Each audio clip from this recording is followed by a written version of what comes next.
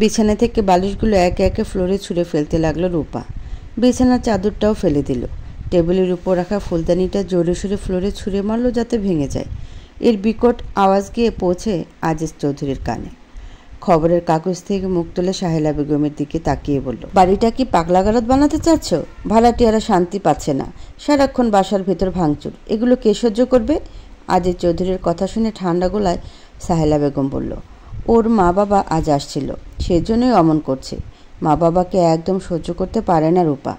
একরাশ বিরক্ত নিয়ে আজিজ চৌধুরী বলল, ওর বাবা মায়ের টাকায় কি কমতি আছে? কোনো ভালো মেন্টাল হসপিটালে মেয়েকে ট্রিটমেন্ট করাতে পারে না? এটা ভদ্রলোকের বাসা, এভাবে বলছো কেন? আর রূপা তো স্বাভাবিক প্রায়। তোমার সন্তানকে কি তুমি পাগলাগারোতে রাখতে চাইতে? আমার সন্তান পাগলাগারোতে না রাখলেও অন্য কারো ঘাড়ে চাপাতাম না। এই বলি আবার খবরের কাগজে চোখ বুলালো আজিজ চৌধুরী। রূপার ব্যাপারে সাহেলা বেগমকে কিছু বলে লাভ নেই, সে এই ব্যাপারে পজিটিভ, সব সময় রূপার সাপোর্টই করে যাবে। আনমনে এসব বিড়বিড় করে বলছে আজিজ চৌধুরী। সাহেলা বেগম দ্রুত উঠে রূপার রুমে গেল। রুমের পুরো নাজেহাল অবস্থা। রূপা ফ্লোরে বসে হিচকি দিয়ে কাঁদছে। সাহেলা বেগম গিয়ে রূপার মাথায় হাত বুলিয়ে আদরে সুরে বলল, কি হয়েছে আমার রূপা মামুনির? কে রাগিয়েছে? রূপা এবার কান্না থামিয়ে সাহেলা বেগমকে জড়িয়ে ধরে বলল, ওই মহিলা এসেছিল কেন আজ? ওনাকে আসতে না করিনি? উনি তোমার মা রূপা। মাকে কেউ মহিলা বলে? আমার মা তুমি। তোমার দুইটা মা, ওইটা তোমার বড় আম্মু আর এটা তোমার ছোট আম্মু। না না, আমার একটাই আম্মু, সেটা হলো তুমি। রূপার কথা যতক্ষণ সায় না দিবে ততক্ষণ রূপার পাগলামি থামবে না। সাহেলা বেগম মুচকি হেসে বলল, আচ্ছা আচ্ছা, আমিই তোর আম্মু। বিশ্বজয়ের হাসি দিল রূপা। কে বলবে এই মেয়েটি একটু আগে কেঁদেছে, পাগলের মতো আচরণ করছিল, রুমে সব কিছু ভাঙছিল। সাহেলা বেগম এবার ধমকে সুরে বলল, রূপা, তোমায় কতদিন বলেছি বিছানা এভাবে এলোমেলো করবে না, পুরো রুমটা অগোছালো করলে কেন? সাহেলা বেগমের পাশে গিয়ে জড়সড়ো হয়ে দাঁড়িয়ে রূপা বলল, ওই মহিলাকে দেখি আমার মেজাজ খারাপ হয়েছিল। আবার ওই মহিলা? বলতে গিয়েও থেমে গেলেন সাহেলা বেগম। রূপা এবার চুপটি করে শান্ত ভাব নিয়ে চেয়ারে বসল। 21 বছর বয়সের মেয়ে রূপা, কোমল মায়ামাখা চেহারা, চোখগুলো ডাগর ডাগর, গায়ের রং শ্যামলা। গায়ের এই শ্যামলা রংটা যেন রূপার চেহারা মাধুর্য আরও বাড়িয়ে দিয়েছে। হাঁটু অবধি ঘন কালো চুল, দেখে মনে হবে শ্যাম প্রতিমা। ঠোঁটের নিচে কুচকালো ছোট্ট একটা তিল, সব মিলিয়ে শ্যামলাপরি। রূপা কখনো স্বাভাবিক, কখনো অস্বাভাবিক, কখনো শান্ত, কখনো তুফানের মতো উত্তাল। সাহেলা বেগম ড্রেসিং টেবিল থেকে তেলের বোতলটা হাতে নিয়ে রূপার চুলে যত্ন সহকারে তেল মাখিয়ে দিতে দিতে বলল, বাসায় আর কখনো ভাঙচুর করিস না মা, তোর বাবার বিরক্ত হয়। আমার কথা শোনায়। রূপা নীরব ভঙ্গিতে বলল, আচ্ছা। লম্বা ঘন চুল আশ্রিয়ে বেনি গেঁথে দিল সাহেলা বেগম। মাঝে মাঝে রূপার চুলগুলোর দিকে তাকিয়ে থাকে। মেয়েটার চুলগুলো এত সুন্দর কেন? বিছানার চাদর বালিশ ফ্লোর থেকে উঠিয়ে একে একে গুছাতে লাগলো সাহেলা বেগম। ফুলদানি ভাঙা টুকরোগুলো পরিষ্কার করলো। সাহেলা বেগম কাজে ব্যস্ত। সুযোগ বুঝে আচারের ডিব্বা নিয়ে একদরে ছাদে চলে গেল রূপা। ছাদের এক কোণে চেয়ারে বসে এক দৃষ্টিতে বইয়ের দিকে তাকিয়ে আছে তুরান। চোখে ইয়া বড় বড় চশমা দেওয়া, চুলগুলো কোঁকড়ানো, চেহারায় গম্ভীরতার ছাপ। ইঞ্জিনিয়ারিং 4র্থ বর্ষের ছাত্র তুরান। লেখাপড়ায় বেশ মনোযোগ, প্রয়োজনের বেশি একটা কথা বলে না, চাপা স্বভাবের। রূপা পা টিপে টিপে আস্তে আস্তে গিয়ে তুরানের পিছনে দাঁড়ালো। ডিব্বায় অবশিষ্ট আচারটুকু তুরানের মাথায় ঢেলে দিল। হকচকে উঠে দাঁড়ালো তুরান। আচারের তেল নাক মুখ বেয়ে পড়ছে। শার্টে অলরেডি দাগ লেগে গিয়েছে। পাশে দাঁড়িয়ে খিলখিলিয়ে হাসছে রূপা। চরম বিরক্তি নিয়ে মেজাজ খারাপ করে তুরান চেঁচিয়ে বলল, এ মেয়ে, তোর সমস্যাটা কি বলতো? তুই কি করছিস সেটা? নতুন শার্টটা দিলি নষ্ট করে, চুলগুলো মাত্র শ্যাম্পু করলাম, গোসলটাও নষ্ট করলি। রাগে নাক মুখ লাল হয়ে গেছে তুরানের। রূপা মোটেও ভয় পাচ্ছে না, বরঞ্চ বিষয়টা উপভোগ করছে। রাগ সংযত করতে না পেরে তুরান আবার চেঁচিয়ে বলল, এক্ষুনি যাচ্ছি বাড়িওয়ালা আঙ্কেলের কাছে। মাস শেষে এতগুলো টাকা ভাড়া দিয়ে থাকি এই প্যারা সহ্য করার জন্য? পথ আটকে দাঁড়ালো রূপা, অনুনয়ের সুরে বলল, পায়ে ধরি আপনার বাবার কাছে বলবেন না প্লিজ, আমি শ্যাম্পু সাবান সব দিচ্ছি, আবার গোসল দিন। চোয়াল শক্ত করে তুরান বলল, আমার শার্ট যে নষ্ট হলো তা কে দিবে? আমি আম্মুর কাছ থেকে 100 টাকা এনে দেবো, আপনি শার্ট কিনে নিন। হাসবে না কাঁদবে বুঝতে পারছে না তুরান। 100 টাকার শার্ট? এ মেয়ের মাথায় সত্যিই কি গন্ডগোল আছে? নয়তো কি কেউ এমন করে? রূপা কান ধরে বলল, এই যে কান ধরলাম, আর হবে না, বাবার কাছে বলবেন না প্লিজ, ভয় পাই তো আমি। রূপার আচরণে মাঝে মাঝে তুরানের মনে হয় রূপা 5-7 বছরের বাচ্চা। এমন কেন মেয়েটা? কেমন যেন রহস্যময়ী। আর রূপা এমনভাবে অনুনয় করে মাপ চায়, কারো কাছে নালিশও দিতে পারে না, এমনকি কান ধরে উঠবসও করে। তুরান বলল, সেদিন আমি ছাদের লুঙ্গি রোদ দিয়ে গিয়েছিলাম, তুমি সেই লুঙ্গি ছিঁড়ে চোখ বেঁধে কানামাছি ভোবো খেলে ছেলে মেয়েদের নিয়ে। আজ আমার শার্টটা নষ্ট করে দিলে, পেয়েছোটা কি? রূপা গাল ফুলিয়ে বলল, সেই পুরনো লুঙ্গির শোক এখনও ভুলতে পারেননি ভ্যাবলাকান্ত মশাই? আরে মানুষ মরলে 3 দিন পর আর শোক থাকে না, আর আপনি, আপনার লুঙ্গি শোক 15 দিনেও গেল না? বলে উচ্চস্বরে হেসে উঠল রূপা। তুরান তীক্ষ্ণ দৃষ্টিতে রূপার দিকে তাকিয়ে আছে। তুরানের চোখে চোখ পড়তেই রূপা বলে, এইভাবে তাকান কেন? ভয় পাই আমি। রাগ চাপিয়ে তুরান বলল, নেক্সট টাইম যদি এমন করো তাহলে সত্যিই আমি বিচার দেব। যতই অনুনয় করো কাজ হবে না, একটা ম্যাচুরেট মেয়ে তুমি, অথচ বাচ্চাদের মতো কাণ্ড করো। রূপা ঠোঁট বাঁকিয়ে বলল, রূপা বাবু আমি।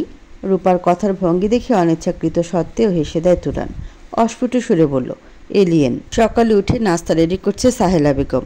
কাজে বেশ তাড়াহুড়া, রান্না সেরে হসপিটালে যেতে হবে। পা টিপে টিপে গিয়ে সাহেলা বেগমের পেছনে দাঁড়ালো রূপা। আচমকা জোরে শব্দ করে উঠল। ভয় না পেয়ে স্বাভাবিক কণ্ঠে সাহেলা বেগম বলল, ডাইনিং রুমে যাও, নাস্তা রেডি। মুখটা কালো হয়ে যায় রূপার। মন খারাপ করে বলল, আমি এত কষ্ট করে পা টিপে টিপে এসে জোরে শব্দ করলাম তোমায় ভয় দেখানোর জন্য, তুমি ভয়ই পেলে না? আজব। মুচকে এসে সাহেলা বেগম বলল, আমি তোর উপস্থিতি টের পেয়েছি। আচ্ছা, তোমাদের এত এত এত টাকা, রান্নার জন্য কাজের লোক রাখতে পারো না? তোর বাবা আমার হাতে রান্না খেতে পছন্দ করে। হাজব্যান্ডের পছন্দের গুরুত্ব মেয়েদের কাছে খুব। বিয়ে হলে বুঝবি। রূপা একটু ভেবে বলল, বিয়ে কি? দীর্ঘ নিঃশ্বাস ফেলে সাহেলা বেগম বলল, বড় হ, তারপর বুঝবি। সবাই বলে আমি বড়, অথচ আমি কিছু বুঝি না। আস্তে আস্তে সব বুঝবি। বাবার এত টাকা, তোমার জব করার কি দরকার? একা বাসায় একদম মজা না। ছোটবেলা থেকে আমার স্বপ্ন ছিল ডাক্তার হওয়া, আমি সফল হয়েছি। টাকা ব্যাপার না, ব্যাপার হলো আমার নিজের তো একটা পরিচয় থাকা চাই। আমার হাজব্যান্ড ইঞ্জিনিয়ার, এটা তো আমার পরিচয় হতে পারে না। আমি ডাক্তার, এটা আমার পরিচয়। প্রত্যেকটা মেয়ের উচিত স্বাবলম্বী হওয়া। হাজব্যান্ডের উপর নির্ভর করে থাকা ভুল। জীবনের মোড় কখন ঘুরে যায় তার তো ঠিক নেই। একটু থেমে সাহেলা বেগম আবার বলল, যে কোনো একটা উপলক্ষে তোর বাবা আমায় গিফট দিল, আমি যদি নিজে উপার্জন না করতাম তাহলে তাকে কিভাবে গিফট দিতাম? তার কাছ থেকে টাকা চেয়ে নিয়ে তাকে গিফট করাটা বেমানান। সাহেলা বেগমের মুখের দিকে হাঁ করে তাকিয়ে মন্ত্রমুগ্ধ হয়ে কথা শুনছে রূপা। মন খারাপ করে বলল, আম্মু, আমি তোমার মতো এত সুন্দর করে গুছিয়ে কথা বলতে পারি না কেন? তুমি কত সুন্দর করে কথা বলো। পারবি। আমি যদি তোমার মতো ডাক্তার হতে পারতাম। আচ্ছা, ডাক্তার হয় কিভাবে? ক্ষীণ নিঃশ্বাস ফেলে সাহেলা বেগম বলল, তুই আমার থেকে অনেক বড় ডাক্তার হতে পারতি, কিন্তু ভাগ্য তোর সঙ্গে ছিল না। সাহেলা বেগমের কথাগুলো বিদঘুটে মনে হয় রূপার কাছে। কী সব বলে কিছুই বোঝে না রূপা। নাস্তা করে সাহেলা বেগম চলে গেল হসপিটালে, আর আজিজ চৌধুরী চলে গেল তার অফিসে। একা রুমে গ্রিলে ধরে দাঁড়িয়ে আছে রূপা। একা থাকলে রূপার মন খুব বেশি খারাপ হয়, অশান্ত হয়ে যায় রূপা। ড্রেসিং টেবিলের উপরে রাখা পারফিউমের বোতলটা দিয়ে নিজের কপালে কয়েকটা আঘাত করলো। জোরে জোরে নিঃশ্বাস ছাড়ছে রূপা। শ্বাস বন্ধ হয়ে যাচ্ছে বোধহয়। সব কিছু শেষ করে দিতে ইচ্ছে করছে। নিজের হাত কামড়াতে লাগলো। মাথার ভিতর ঝিমঝিম করছে রূপার। চিৎকার করে কাঁদতে লাগলো। কেন কাঁদছে রূপা তা সে নিজেও জানে না। কাঁদতে কাঁদতে ফ্লোরে শুয়ে পড়ল। ফ্লোরেই ঘুমিয়ে গেল। একটু পর ঘুম ভেঙে যায় রূপার। এখন সব কিছু স্বাভাবিক। মেঝে থেকে পারফিউমের বোতলটা তুলে ড্রেসিং টেবিলের উপর রাখলো। নিজের হাতের দিকে তাকিয়ে আছে রূপা। হাতে অসংখ্য কামড়ের দাগ। হাতে মলম লাগিয়ে ছাদে চলে গেল। ছাদে গিয়ে রূপার মন খুশিতে ভরে ওঠে তুরানকে দেখে। নিজের অজান্তে ঠোঁটের কোণে হাসি ফোটে। তুরানের সাথে কথা বলতে, তুরানকে খ্যাপাতে বেশ ভালোই লাগে। কিন্তু তুরান প্রয়োজনের বাইরে একটা কথাও বলে না। রূপার ভাষ্যমতে ভ্যাবলাকান্ত মশাই কিছু হলেই শুধু বাবার কাছে বিচার দিবে এই বলে ভয় দেখায়। রূপাকে দেখে বিরক্ত হয়ে যায় তুরান। আজকে আবার কি কাণ্ড করবে আল্লাহই জানে। তুরান রূপার দিকে না তাকিয়ে বইয়ের দিকে তাকিয়ে আছে। তুরান ভেবে পায় না রূপা এমন কেন। নিজের পার্সোনালিটি, ইগো বলতে কিছু নেই নাকি? তুরান কথা বলতে বিরক্ত বোধ করে, এটা কি বুঝে রূপা? রূপা এসে তুরানের কাছে দাঁড়ালো। আমি আসলাম, অথচ আপনি আমার দিকে একটু তাকালেন না কেন? চায়ের কাপে চুমুক দিতে দিতে তুরান বলল, তোমার দিকে তাকাতে হবে কেন? জানেন না আমি বাসায় একদম একা থাকি। একা ভালো লাগে না একদম। একটু আসি আপনার সাথে কথা বলতে, তা আপনি আমায় সহ্যই করতে পারেন না। রূপা, আমার পড়ায় ডিস্টার্ব হচ্ছে, এখান থেকে যাও। আপনি তো চা খাচ্ছেন, পড়তেছেন না তো? তুরান কোনো উত্তর দেয় না। চায়ের কাপে একটু চুমুক দিচ্ছে, আবার বইয়ের দিকে তাকাচ্ছে। তুরানের পাশে আরেকটা চেয়ার টেনে বসলো রূপা। আচমকা তুরানের হাত থেকে চায়ের কাপটা টান দিয়ে নিয়ে বলে, যেটুকু আছে আমি খাবো। তুরান ভ্যাবাচাকা খেয়ে গেল। কোন লেভেলের পাগল এটা? আদৌ খাওয়া চায়ের কাপটা এইভাবে নিয়ে গেল। চায়ের কাপটা ঘুরিয়ে ফিরিয়ে দেখে চুমুক দিয়ে রূপা বলল, অনেক মজা। খুব তৃপ্তি সহকারে চা খাচ্ছে রূপা। প্রতিটি চুমুকে রয়েছে তৃপ্তির ছাপ। রূপা আবার বলল, এভাবে চায়ের কাপটা নিয়েছি কেন জানেন? আমায় রেখে একা একা খাচ্ছেন, সৌজন্যমূলক সাধলেনও না। মিনিমাম ফর্মালিটিটুকু আপনার নেই। তোমার খুব ফর্মালিটি, তাই না? অন্য চায়ের কাপ হাত থেকে নিয়ে যাও। অন্য যদি আমায় রেখে একা একা খায় আমি কি করব? অবাক হওয়ার সুরে তুরান বলল, তুমি মানুষ না এলিয়েন আমি বুঝতে পারছি না। রূপা আপাতত তুরানের কথায় কান দিচ্ছে না, যত্ন সহকারে চাটুকু খাচ্ছে। তুরান রূপার দিকে তাকিয়ে বলল, আগে কখনো চা খাওনি? মুখ ফ্যাকাশে হয়ে যায় রূপার। অনেকক্ষণ ভেবে পড়ল, না মানে আগে খাইনি। উদাস হয়ে যায় রূপা। আগে কি কখনো চা খেয়েছে নাকি খায়নি? ভাবনায় মগ্ন হয়ে যায়। এত ভাবতে পারছে না, মাথায় ভেতর অশান্তি লাগছে। আবার উত্তাল হয়ে যাচ্ছে রূপা। চোখ বুজে জোরে জোরে নিঃশ্বাস নিচ্ছে। চায়ের কাপটা হাত থেকে ফেলে দুই হাতে মাথা চেপে নাক মুখ কুঁচকে রাখে। আটকে যায় তুরান। কি হলো রূপার? রূপার কাঁধে হাত দিয়ে বলল, রূপা কি হয়েছে তোমার? ঠিক আছো তুমি? যথারীতি ভয় পেয়ে যায় তুরান। কেমন অদ্ভুত দেখাচ্ছে রূপাকে। ভয় মিশ্রিত কণ্ঠে বলল, রূপা কি হয়েছে বলবা তো? মাথা ব্যথা করে তোমার? কোনো কথা বলছে না রূপা। তুরান ভেবে পাচ্ছে না হঠাৎ কি এমন হলো। স্বাভাবিকই তো ছিল রূপা। অনেকক্ষণ মাথায় হাত চেপে রেখে বসে থাকে রূপা। চায়ের কাপটা পা দিয়ে ভেঙে লাল চোখে তুরানের দিকে তাকাতে তাকাতে ছাদ থেকে চলে যায়। তুরান হাঁ করে তাকিয়ে আছে। চায়ের কাপটা ভেঙে ফেললো এভাবে? কক্সবাজার থেকে কত শখ করে কাপটা এনেছে। না আর সহ্য করতে পারছে না তুরান। অসভ্য মেয়ে একটা, পেয়েছেটা কি? তুরান যতই রূপাকে ইগনোর করবে রূপা ততই তুরানের সাথে আগ বাড়িয়ে কথা বলবে। আর মেয়েটা এমন অদ্ভুত প্রকৃতির, ভাবতেই পারছে না তুরান। সেদিন নতুন শার্টটা নষ্ট করেছে, আজকে আবার শখের কাপটা ভেঙে ফেলল। আজিজ চৌধুরীর কাছে এবার বিচার দিবেই তুরান। হনহনিয়া ছাদ থেকে নেমে গেল আজিজ চৌধুরীর ফ্ল্যাটে। দরজা খোলা কিন্তু বাসায় কাউকে দেখছে না। হঠাৎ কান্নার আওয়াজ আসলো তুরানের কানে। পাশের রুম থেকে আসছে আওয়াজটা। কণ্ঠটা পরিচিত তুরানের। রূপা কাঁদছে। তুরান আস্তে আস্তে রূপার রুমের দিকে গেল। ফ্লোরে শুয়ে কাঁদছে রূপা। চোখ কপালে উঠে যায় তুরানের। হাতে একটা ব্লেড রূপার।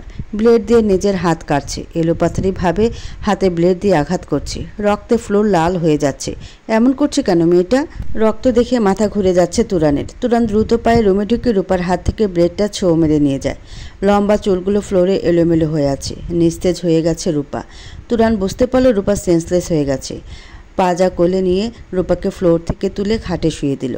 রূপার ঠোঁটের নিচে তিলটার দিকে এক দৃষ্টিতে তাকিয়ে আছে তুরান। বাহ, মেয়েটা বেশ মায়াবতী। আগে কখনো খেয়াল করেনি তুরান। রূপার কি কোনো মেন্টালিটি প্রবলেম আছে? আর ওর মা বাবা এমন কেন? ওকে একা বাসায় রেখে কেন যায়? রূপার হাতের রক্ত তুলা দিয়ে মুছে ব্যান্ডেজ পেঁচিয়ে দিল। ঘেমে একাকার হয়ে গেছে রূপা। ফ্যানটা অন করে দিল তুরান। অদ্ভুত মায়া হচ্ছে রূপার প্রতি। অসহায় মনে হচ্ছে রূপাকে। সাহেলা বেগম বাসায় ফিরল। এসে দেখে রূপা ঘুমাচ্ছে, হাতে ব্যান্ডেজ। সাহেলা বেগমকে বাসায় আসতে দেখে তুরান সাহেলা বেগমের কাছে আসলো।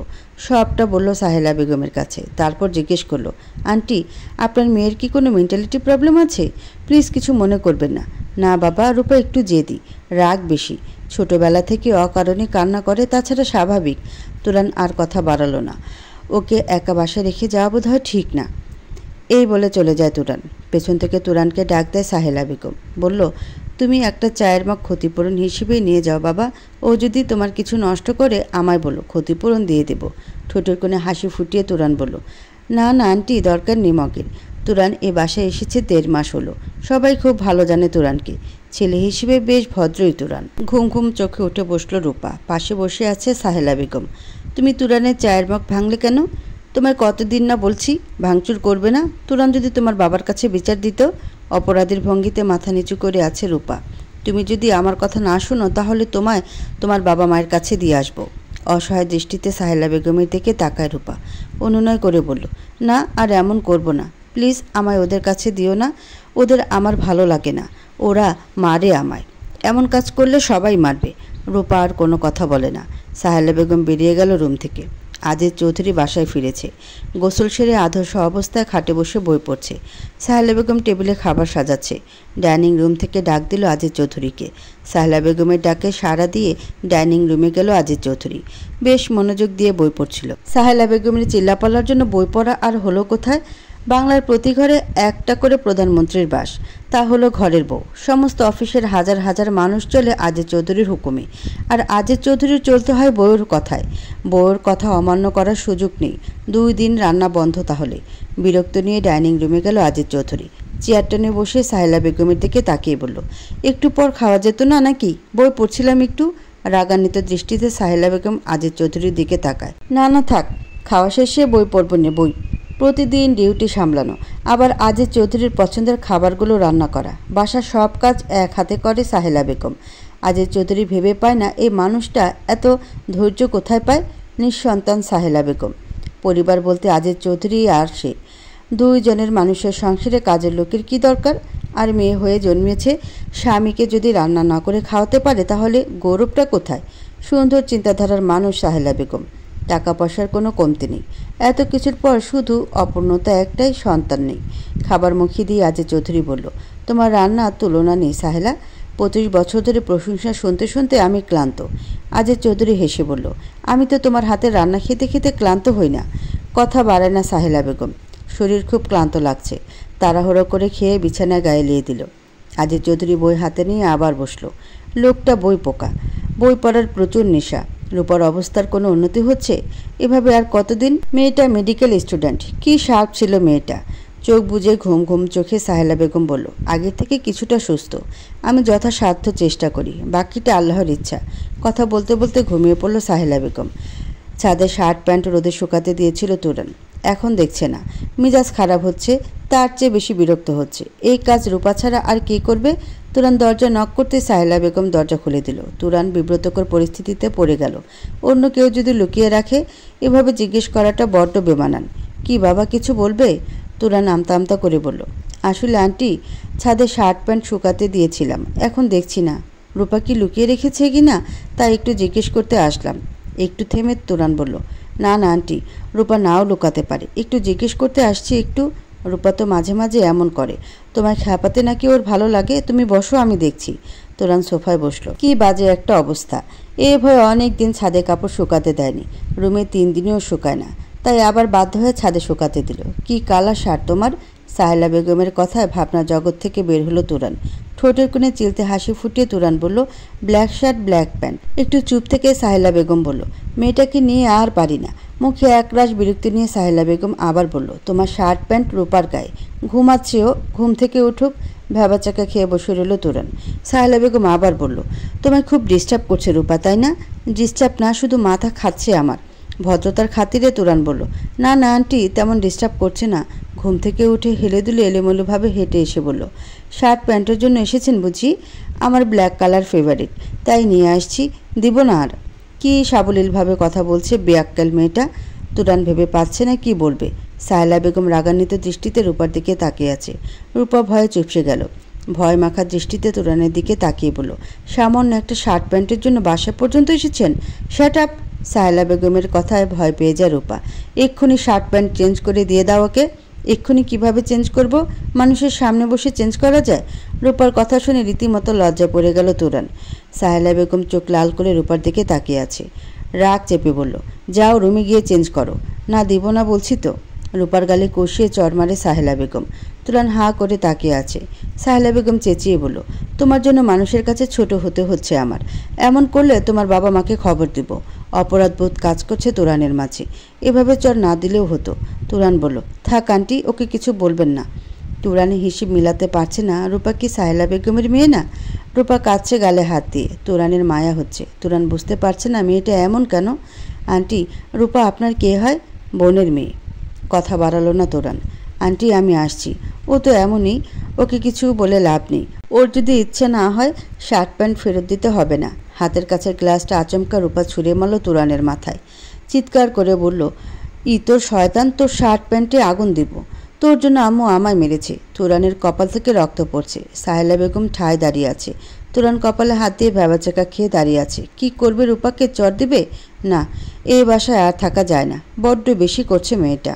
আঙ্কেল, এই বাসায় থাকা আমার পক্ষে সম্ভব না, আমি কালকেই বাসা ছেড়ে দিব। তুরানের কথায় অবাক হয়ে আজিজ চৌধুরী তুরানের দিকে তাকায়। অবাক হবারই কথা, কত অনুরোধ করার পর আজিজ চৌধুরী তুরানকে বাসা ভাড়া দিয়েছে, নয়তো এমন ব্যাচেলর ছেলেকে কেই বা বাসা ভাড়া দিবে। একটু থেমে তুরান আবার বলল, পুরো মাসের ভাড়া দিয়ে দিব।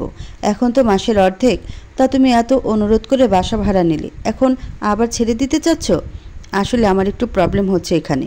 তোমার প্রবলেম সলভ করার জন্য তো আমি আছি। এখানে তোমার কি প্রবলেম হচ্ছে সেটা তুমি আমায় বলবে না? পর্দার আড়ালে দুটো কৌতূহলীর চোখ দেখা যাচ্ছে, যে নিজেকে আড়ালে রেখে আজিজ চৌধুরী আর তুরানের কথা শুনছে। তুরান আরও চোখে দেখে বুঝলো রূপা ছাড়া আর কে। তুরানকে নিরুত্তর দেখে আজিজ চৌধুরী আবার বলল, কি প্রবলেম তোমার বলো? রূপার কারণে কোনো সমস্যা হচ্ছে? ও কি তোমায় কোনো রকম ডিস্টার্ব করছে? হ্যাঁ বলতে গিয়েও থেমে যায় তুরান। রূপা যতই যা করুক, রূপার প্রতি আলাদা টান কাজ করে তুরানের। মেয়েটা অবুঝ প্রকৃতির, ওর ঘাড়ে দোষ না দেওয়াই ভালো। ইতস্তত বোধ করছে তুরান। হাতের ঘড়ি দিকে তাকিয়ে তাড়াহুড়া ভাব নিয়ে বলল, আঙ্কেল, আমার বিরতি হবে, এখন আসছি, পরে কথা বলবো আপনার সাথে। আজিজ চৌধুরীর ফ্ল্যাট থেকে বেরিয়ে পড়ল তুরান। লম্বা একটা নিঃশ্বাস ছাড়ল, একদম ব্যাকুল হয়ে গেল যেন।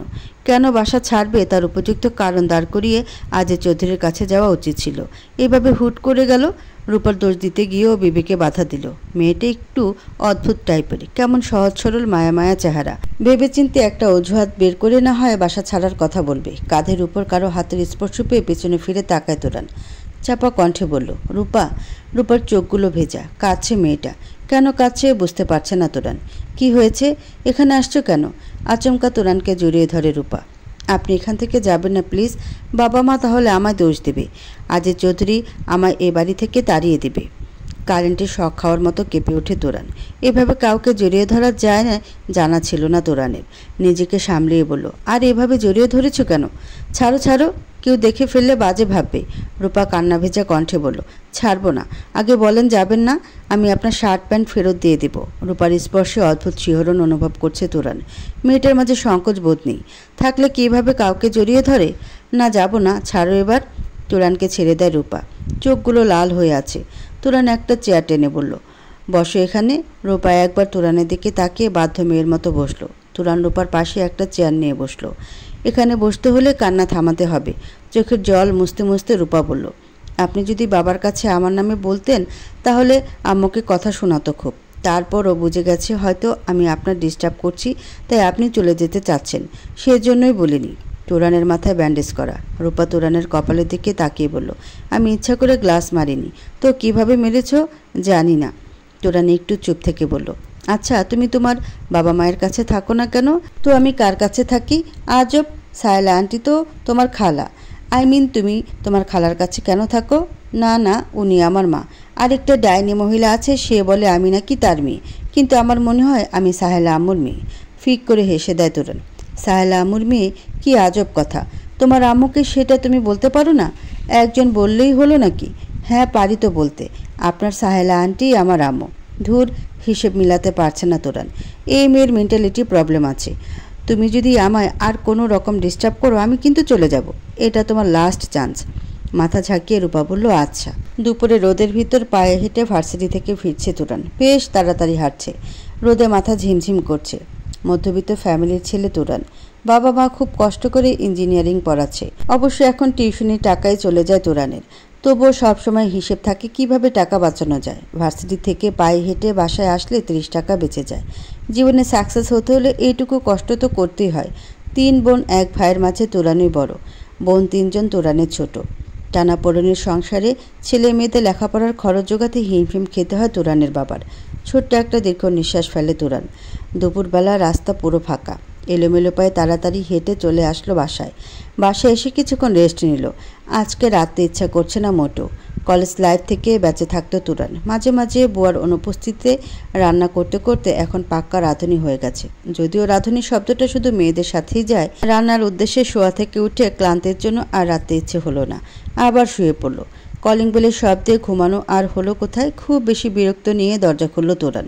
দরজার সামনে দাঁড়িয়ে আছে রূপা, হাতে 1 প্লেট পোলাও আর মাংস। রূপার দিকে জিজ্ঞাসার সূচক দৃষ্টিতে তাকালো তুরান। মুচকি হেসে রূপা বলল, আপনার জন্য এনেছি।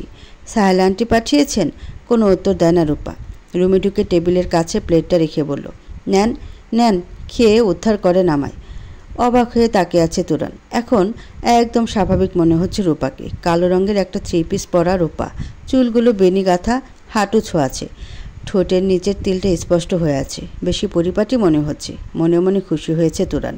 রান্না করতে ইচ্ছা করছিল না, এমন সময় যদি কেউ খাবার পাঠায় অদ্ভুত রকমের ভালো লাগে। তুরান রূপার দিকে তাকিয়ে বলল, আমার শার্ট প্যান্ট নিতে আসুনি তো আবার? খাবার দেওয়ার বাহানায় হেসে দেয় রূপা, হাসিটা স্বচ্ছ।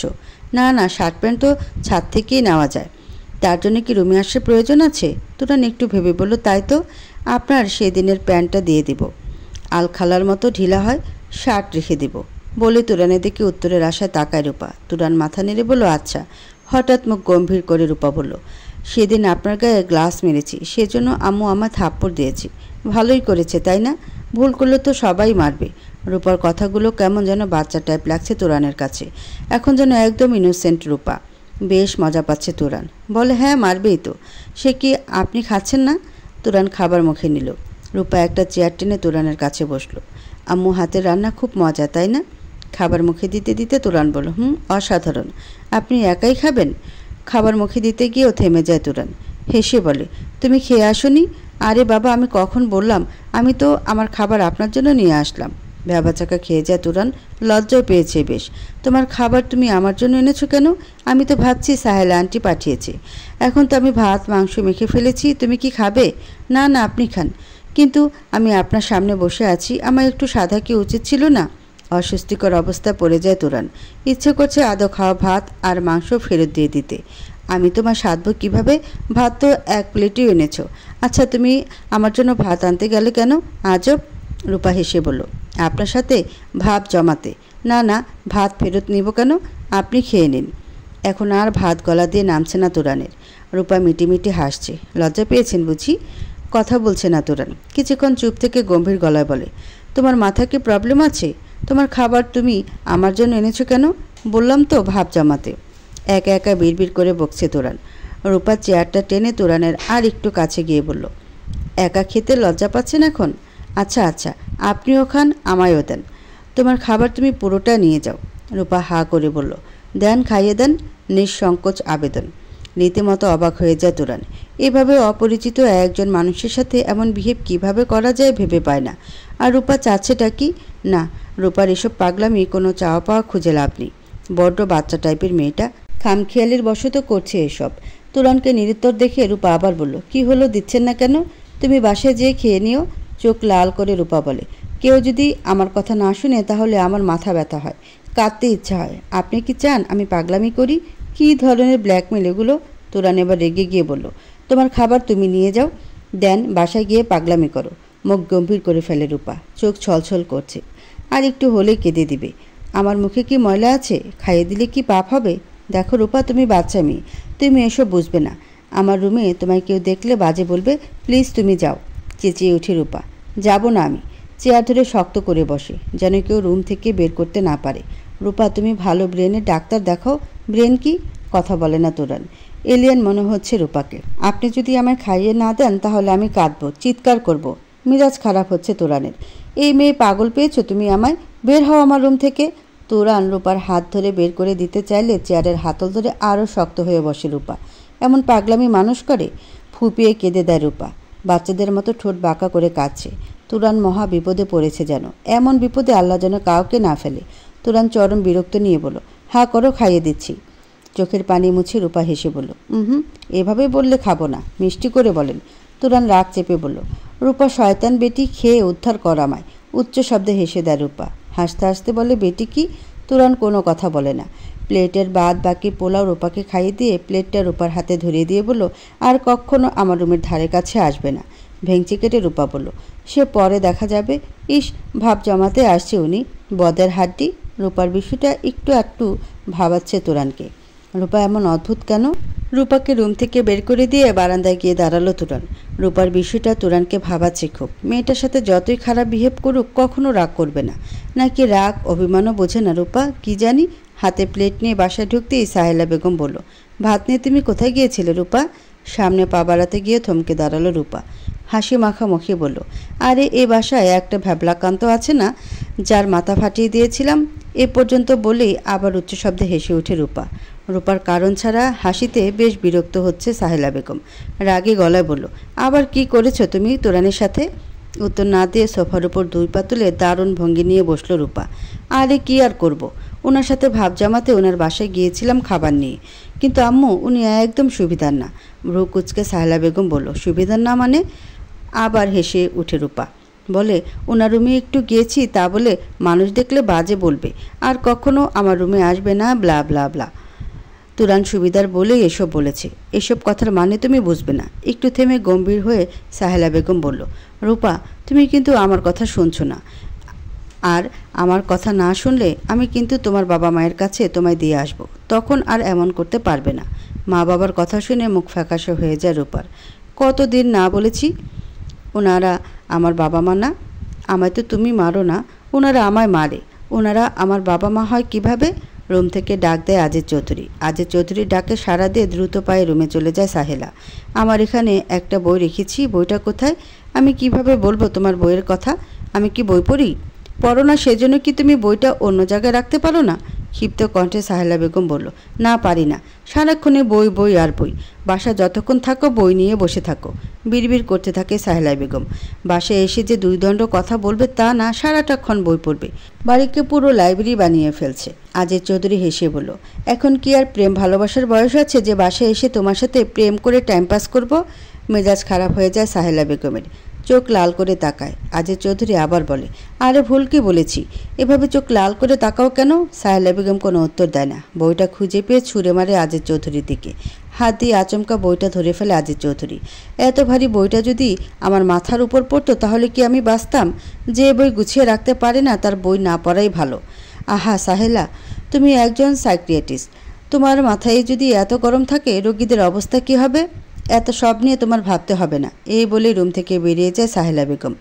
রূপার রুমে গিয়ে দেখে শুয়ে আছে রূপা। জানালার ফাঁক দিয়ে আকাশের দিকে তাকিয়ে আছে। যদিও চারপাশের বড় বড় বিল্ডিংগুলোর জন্য আকাশ দেখার জো নেই। সাহেলা বেগমকে দেখেই উঠে বসে রূপা। মুচকে এসে সাহেলা বেগম রূপার পাশে বসলো। আগের মতো মাথায় পেন হয়? মাথা ঝাঁকিয়ে রূপা বলে, না, আগের থেকে কম। ওই যে তোমার হঠাৎ করে মাথা গরম হয়ে যায়, নিজের শরীরে নিজে আঘাত করো, ভাঙচুর করো, কান্না করো, এখন কি এরকম হয়? রূপা একটু ভেবে বলল, না, 2 দিন এরকম হয়নি। স্বস্তির নিঃশ্বাস ফেলে সাহেলা বেগম। কিছুটা হলেও তাহলে সাকসেস উনি। মনের ভিতরে একটাই চিন্তা, রূপার মাকে দেওয়া কথা রাখতে পারবে তো? সাহেলা বেগম ফোনের গ্যালারি থেকে একটা ছবি বের করে রূপাকে দেখালো। সাদা অ্যাপ্রন পরে বাইকের উপর বসে আছে রূপা। সাহেলা বেগমের হাত থেকে ফোনটা নিয়ে ছবিটা খুঁটিয়ে খুঁটিয়ে দেখে রূপা। বলে, আমি? তোমার বাবা মা যদি এখানে তোমায় দেখতে আসে তাহলে কি পাগলামি করবে? চোখ মুখ কুঁচকে ফেলে রূপা। যেন সাহেলা বেগম খুব বিশ্রী কথা বলেছে। উফ, ওনাদের আমার সহ্য হয় না। বোঝো না কেন তুমি ব্যাপারটা? ওনারা আমায় কত মেরেছে বলেই কেঁদে দেয় রূপা। ভালো হয়ে চললে কেউ মারবে না, শক্ত গলা রূপা বলে। ওনারা যেন এখানে না আসে, ভালো হবে না কিন্তু। হতাশ হয়ে যায় সাহেলা বেগম। ওনারা তোমার বাবা মা, ওনাদের কি তোমায় দেখতে ইচ্ছে করে না? সাহেলা বেগমের আর একটু কাছে ঘেঁষে বসে রূপা বলে, না, তুমি আমার আম্মু। সাহেলা বেগম রূপাকে সব কথাটা শোনাতে পারলে এই কথাটা কিছুতে শোনাতে পারছে না। ভুল কিছু রূপার মা বাবারও আছে, ওনাদের রূপাকে বোঝা উচিত ছিল। এই ব্যাপারে আর কিছু বলে না সাহেলা বেগম। তোমার ঘুমের টাইম হয়েছে, ঘুমিয়ে যাও। ছাদে যাবে না কিন্তু। আমার কথা না শুনলে আমার থেকে খারাপ আর কেউ হবে না। চুপচাপ শুয়ে পড়ল রূপা। অনেকক্ষণ ঘুমের ভান করে শুয়ে রইল। ঘুম আসছে না, পা টিপে টিপে ছাদে গেল। এই টাইমে ছাদে গেলেই তুরানের দেখা মেলে। ছাদে গিয়ে হতাশ হয়ে গেল রূপা। মনটাও খারাপ হয়ে গেল। তুরান ছাদে নেই। রূপা তুরানের দরজার কাছে গিয়ে দেখল দরজা তালা ঝোলানো, জানালাও বন্ধ। উনি কি এই বাসা ছেড়ে চলে গেল? ছাদে গিয়ে দেখল শুধু একটা শার্ট শুকাতে দেওয়া। তুরান ছাড়া আর কার শার্ট? আজকে আর শার্ট নেয়নি রূপা। ব্লেড দিয়ে শার্টের এক হাতা কেটে ফেলল। তারপর দ্রুত পায়ে ছাদ থেকে নেমে গেল। রুমে গিয়ে শার্টের হাতাটা হাতে নিয়ে আপন মনে হাসছে। মজার তো ব্যাপার, এক হাতা আছে আর এক হাতা নেই। একা একা খিলখিলে হেসে উঠল রূপা। তুরান হয়তো কোথাও গেছে। বাসা ছেড়ে গেলে কি শার্ট রেখে যেত? একটু পর ছাদে চেঁচামেচি শোনা গেল। পাশের বাসার আন্টি চিল্লাচ্ছে, তার হাজব্যান্ডের নতুন শার্টের হাতা পাচ্ছে না। এগুলো কেমন অসভ্যতামি! কান খাড়া করে সবটা শুনছে রূপা। ভয়ে চুপসে গেল।